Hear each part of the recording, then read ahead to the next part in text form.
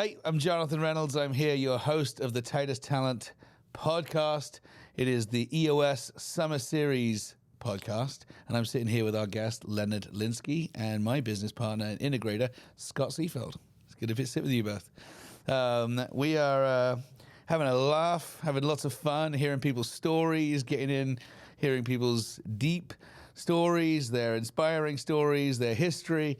Love to. I mean, we've got some great history with you, Leonard. Had some fun stuff we got to do. Worked with some of your clients and helping them with their people component. But also, we got to go and build homes together last year in October down in Mexico. So there's loads we can chat about today. But I would think it'd be really cool for our listeners just to hear your story.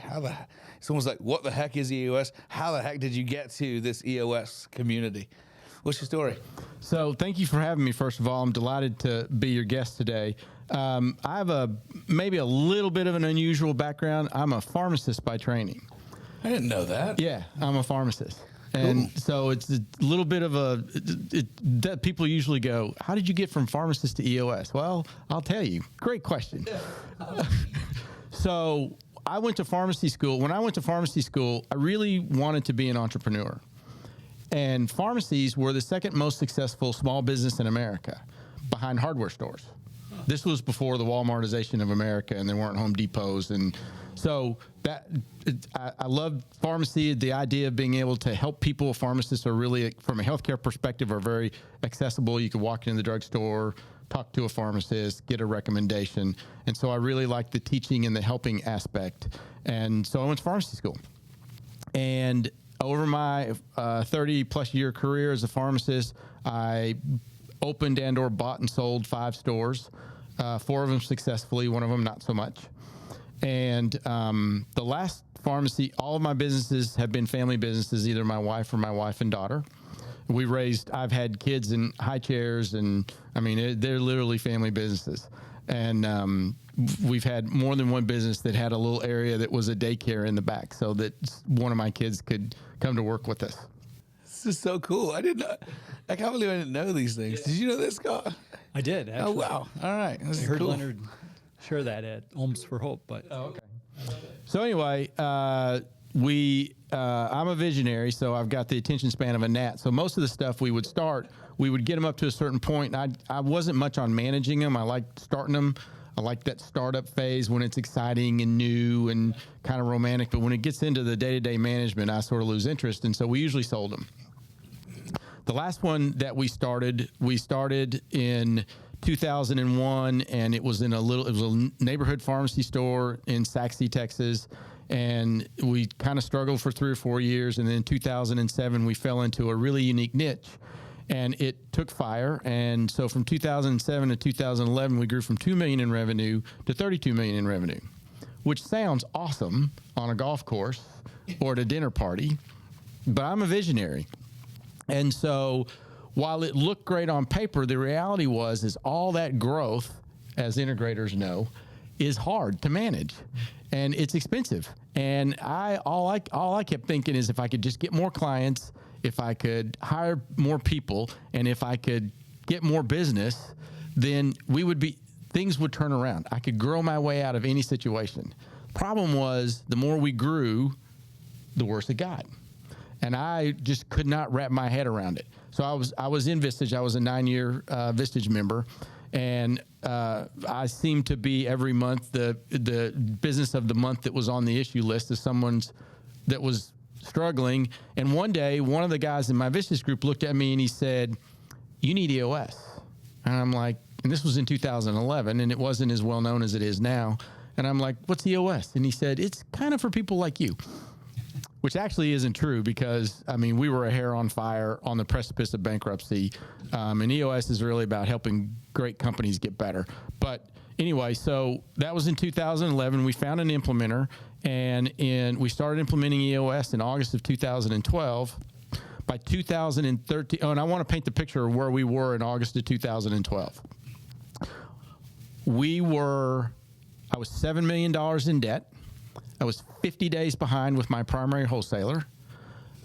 We were executing so poorly that we had created competition where none had existed.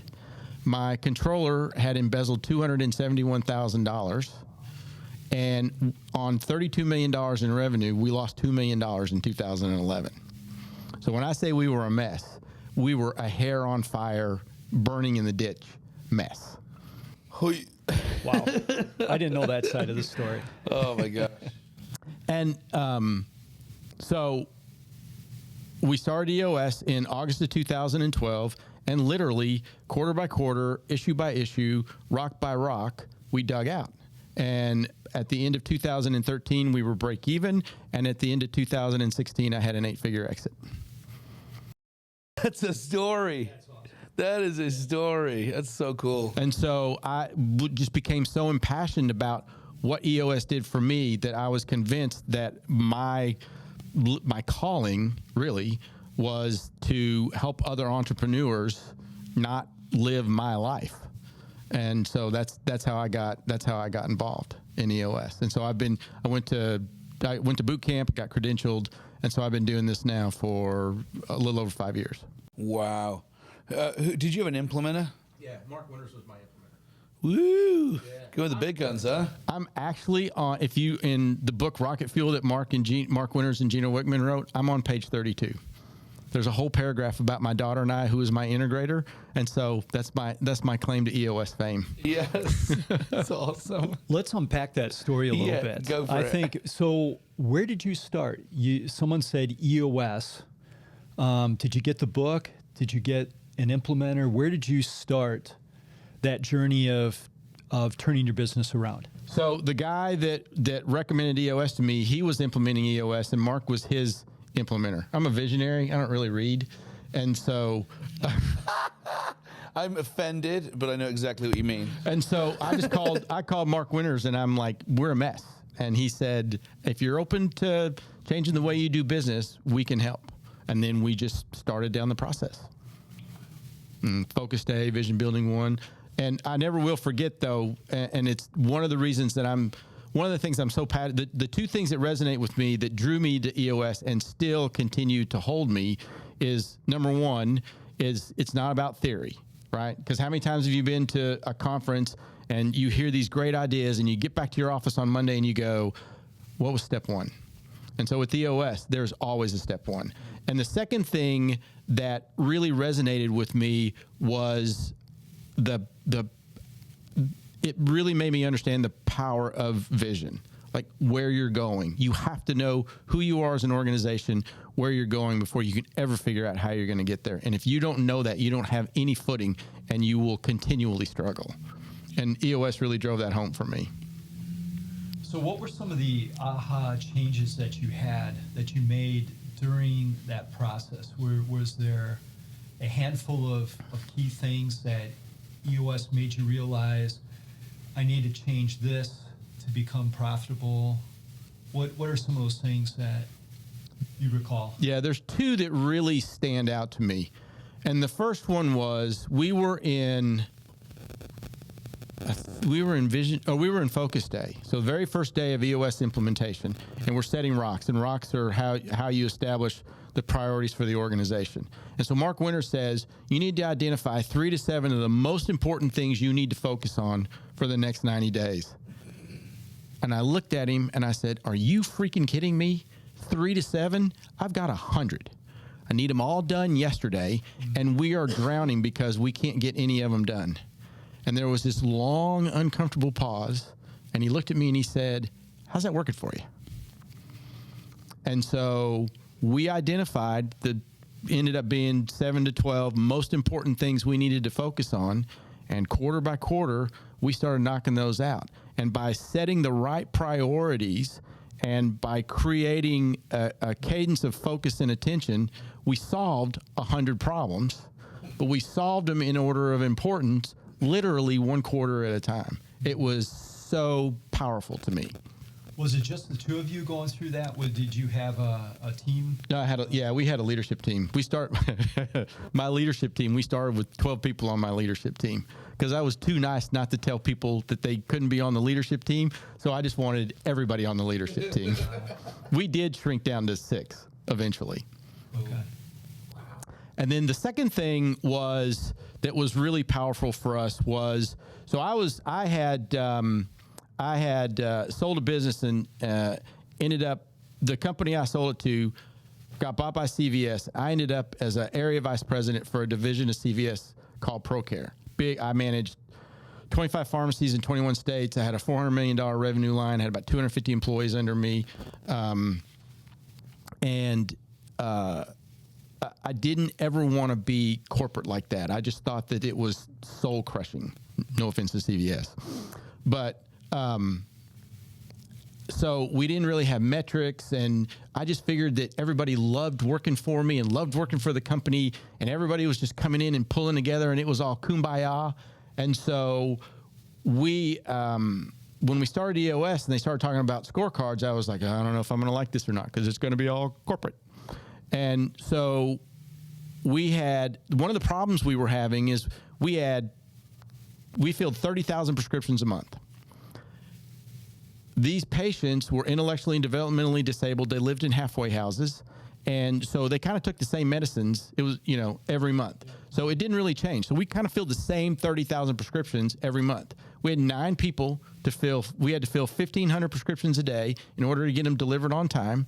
9 people doing it. You'd think, knowing that math, that we could get those 30,000 prescriptions filled every month on time.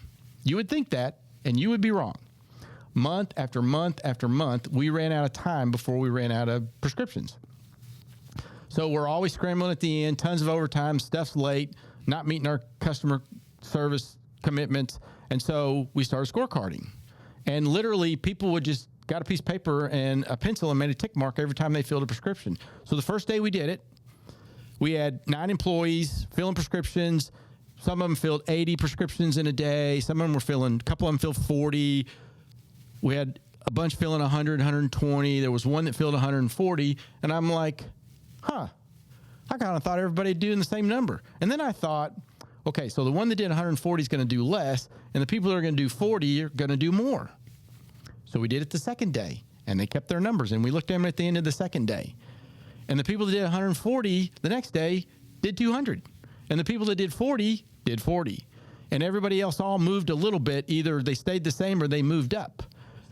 And I thought, wow, I'm missing something here, because turns out what you manage what you measure. Yeah.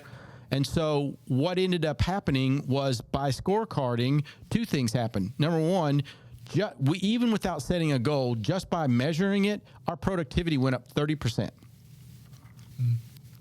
And it was huge. And it got even better once we set goals. So we ended up figuring out that we needed 4 people to fill 1,500 prescriptions a day instead of 9. And by setting a goal and measuring it, and then, and if we missed something, then we could, scorecards are predictors of success. So you could see that number not be 1,500. We could find resources the next day to get back on track, so that we made sure that we were successful through the month. Yeah. And those were my 2 those were my 2 big, there was tons of learning, obviously, but those were my 2 really big, like, aha epiphanies. So of the EOS tools and the toolbox, what would be your favorite as you look back? I mean, it sounds like scorecard or accountability chart. Accountability chart. Okay. Yeah, you gotta have the right people in the right seats. Yeah. And because if you got the right people in the right seats, they want to be successful with you. They want to go on that journey, and so the scorecards are just confirming their success. That's cool.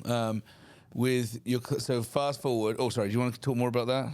No, that was great. That was fast perfect. Forward to today. You've now you've become an EOS implementer. Like, talk through that whole process. How did you transition to say, I want to be an implementer now? And when did you go to boot camp and all that kind of stuff? So I went to boot camp in February of 2018. I had never done anything. I'm a pharmacist. I had never done anything like this in my life, right? Coaching, teaching, facilitating. It was all totally foreign to me. And so I had a conversation with Mark Winters, and I said, hey, do you think I'd be good at this? And he said, I think you'd do really good at this. And so I went to boot camp. Visionary. Not a lot of information to make really big decisions. And so went to boot camp, and I thought this experience was so impactful to me. I thought, if I talked about EOS and I told my story, that people would be a path to my door. How would they not want to be a part of this? And that didn't happen. And so I literally spent the first year figuring out, I had to learn how to sell myself, and so that people would be interested enough to have a conversation with me, that they would be interested in implementing EOS. So I started in February, and my very first year, by the end of the first year, I had 3 clients, and I billed $40,000 in my first year as an EOS implementer. But being an entrepreneur, sometimes you're just too stupid to fail, and I'm just too stupid to fail. And so I got a coach. I started reading books. I started going to seminars, and I just kept throwing stuff against the wall, and eventually enough of it stuck that I've made 5 years. And so in my 5 years, I've worked with 51 companies. I've done almost 500 sessions. And the companies that I work for generate over $1 billion a year in revenue. Whoa, this is big numbers. Yeah, some big numbers. Yeah, I'm very blessed. I'm very grateful to be part of their journey. Are you fully loaded right now, or you want to take on more clients? I've always got a room for a couple more clients. Just some special ones. Only if they're really good. Just the right ones. Okay, cool. And so that whole journey right there, I mean, it's been 5 years. Mm-hmm. Are you where you thought you would be on your if you looked at your personal VTO? Are you like on plan, not on plan? When I got to my first 3-year picture, I actually hit it, and I was blown away. Oh, because what a feeling! It was like, I mean, you paint a picture. It did what it was supposed to do. Yeah. You paint a picture of what you think you're going to look like in 3 years, and then you just start figuring out how you're going to get there.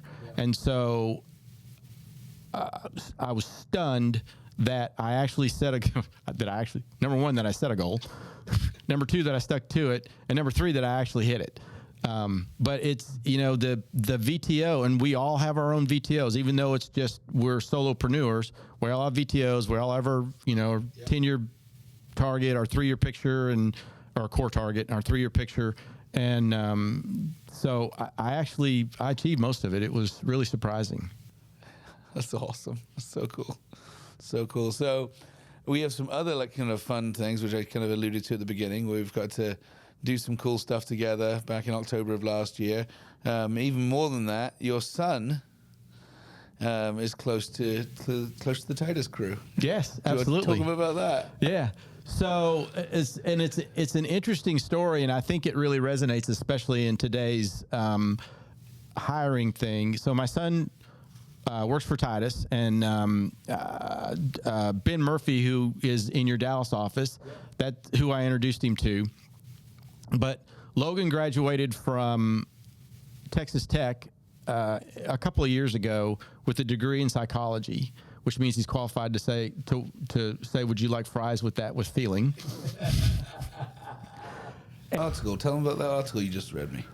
Well, one of the, there's an article that just came out, and the number one reason for people leaving is engagement. And engagement, part of engagement is aligning company core values to individual core values. Right. So not to digress, but that's very much in line with what survey results are saying. Yeah.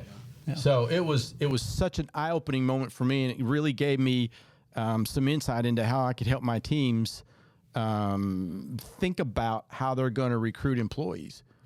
Yeah. And but it was a great match. Logan's been there a year. He's doing phenomenally, loves his work. And he's really happy at Titus. So, but it's a cool story. It's a cool tie-in. It is cool. It is cool. And then he got you the hookup to come on our home build. No, he didn't. It was the other way around. I'm totally messing. Like he was not, in the criteria for it, but you were allowed a +1, and you chose him, and we were like, is that allowed? Are we allowed Leonard to bring an employee that happens to be his son? It was fun. It was fun going the whole thing. But maybe, I don't know if you're open to just talking, free speaking about that whole idea of doing this, the build together. The home build was life-changing. As a pharmacist, I did mission work in Guatemala for 10 years with a group called Children of the Americas, and we went down every year and served indigenous populations with a group of about 135 healthcare professionals. So they did surgeries, mostly club foot, cleft lip, cleft palate. And we would hold clinics, and they had a couple of dentists go down, and I was one of 4 pharmacists that would go down and fill prescriptions for the post-op care and the folks that were going through the clinics. And so I'd been on mission trips before, but the way Homes for Hope, this program works is like you go out and you when you get there, they've identified a family. The family's part of the process, and you show up and there's this foundation and there's all of the supplies that you can build a house. And you are literally going to build a 2-room home for a family in 2 days, less than 2 days, really. And I never will forget, we all get out, we start working around 8:30. And then about 12, there's a call to go out to raise a wall. And by noon, over about the next 15 minutes, we put up 4 walls. And so in 3 hours, we built a house. And I've never had anything, the impact of that just struck me, that there's a family standing here that in 3 hours, a group of people who a lot of us had never met come together with, most of us don't have any skills, but because there's this common person, we built a freaking house in 3 hours. And it's just mind-blowing. It was incredible. I don't really have words to describe how deeply grateful I felt to be part of that experience. Yeah, we got to dedicate the house as well to the family, which was a neat experience as well. Yeah. It was so cool. We had this video clip of you just standing on the side of this hill, overlooking this house, and you're like, "We built a freaking house. We built a freaking house." Just in a few hours, we built a freaking house. But it does feel like that, even though there's no roof on yet. You're just kind of like, they've had nothing. They've got a tarpaulin sheet and a couple of sticks and stuff like that. It's their little hut, and we put 4 walls. It's safety. And the other thing is, it's not just a house, right? We built a home. So this is a family who is going to have family meals every day. It's going to be a healthier environment. So because of that, the children are going to thrive, and so they'll do better in school. And so it's not just building a house. We built a home, and we aided this one family in creating a better future for themselves and their family. So it's not just the house, it's the ripple effect that really small effort created for generations of that family to come. Yeah. It's such an impactful thing. We're doing four home builds this year, and when I said to Scott, integrator, and sits in the finance seat, he said, "How many you want to do?" And I'm like, "I don't know, 4 or 5. How many can we do?" And it's kind of like, well, it's not so much as the home builds. Like, how many are you bringing on these? How many home builds are we actually doing? We need people swinging hammers. It's and I'm not like, easy. Oh, that's another number, isn't it? It's not just trips, but it's like, what are we doing on this trip, and how many people are we bringing? But I'm like so hooked. I said it in our session, the session I spoke at yesterday at the conference, at the EOS conference. I'm an addict to it right now, because it's such a tangible way that you can do something together, where you're rallying together, but you can see the impact. It's not like this. It's not like, not that I'm knocking education, but sort of education. You can teach somebody something, you'll see the impact in 20 years' time. But here, you see the impact straight away. And for a visionary, short attention span like me, it's kind of like, well, it's right here. It's so exciting to take them to Walmart, load them up with all of the resources and the food and utensils and things we take for granted in a house. It's just, oh man, choke me up. Well, and I think the thing to add to that is just listening to Leonard and the passion he had at describing that. It not to put words in your mouth, but it changed you. I mean, that had an impact on you, and I'll speak for myself, where we're going there, we're doing a good thing, but it's changing me. Yeah. And it's neat to see and hear the experiences that people had and how it changes them, not just the people in Mexico. Yes, it's certainly impacting them, but how it's changing us is impactful as well. Yeah. I definitely think you get more than you give, for sure. Yeah. Yeah. Man, yeah, it was definitely a weighty one, but we're going again May. Oh, man, I wish I had the dates in front of me. It's like mid-May of 2024. We're doing an EOS home build. So anyone who's listening, if you want in on it, hit us up. We'll get you on the build. Yeah, it'll be good times. Good times. Great. Well, Leonard, it is such a gift to have you here. Appreciate you giving the time. Can I ask one question before we close? Because I think there's a lot of listeners today, whether they're EOS companies or even people that are considering EOS, and I think there's a lot of wisdom here with Leonard. How do they get started? I mean, any words of wisdom on, they see this book, they hear people say, just like your Vistage person said, you need EOS. What kind of wisdom would you give or encouragement would you give to people who are thinking about starting that journey but haven't pulled the trigger quite yet? So honestly, I think the first step is that you should get in contact with an implementer. You can go to the EOS website and you can search by implementer by zip code and it'll find implementers close to you. You can reach out to friends or colleagues. Someone in your circle knows or has an EOS implementer. The reason I say that is because an implementer will have a conversation with you. They'll spend 90 minutes with your leadership team, and the goal is not to sell you something, but the goal is to answer two questions. Number one, is EOS right for you? Because in that 90 minutes, the implementer will lay out the whole program, and at the end of the 90 minutes, you're either going to be like, oh, hell yes, we have to have this, or no, it's not for me.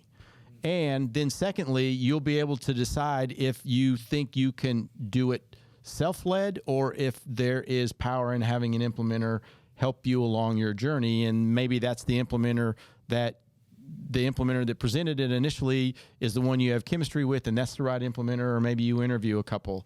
But I really, truly believe that the right first step is just have a 90-minute meeting with your leadership team, learn more about EOS in the process, and figure out if it's the right fit for you. That's a lot of good wisdom. I know that 90 minutes had a significant impact on you. And I know it's had a significant impact on our business too. We're in our 11th year of running on EOS. So, yeah. Transformed us for sure. And it's amazing to seeing how much we've grown and having everybody in the company all in on it. It's not just the leadership team, but everybody who joins the company. I was saying the other day, like everybody gets a what the heck is EOS book in the mail before they've even joined us. That arrives to them, and they can like, what the heck is this? It's a book. You have to read it, and you got to understand why we do certain things. But getting everyone rowing in the same direction has been a beautiful thing. Just great clarity and same vision. I love it. It's good. Cool. Well, thank you so much, Leonard, for joining us today. Thanks, Scott, and thanks me. So well, see you next for time. having me.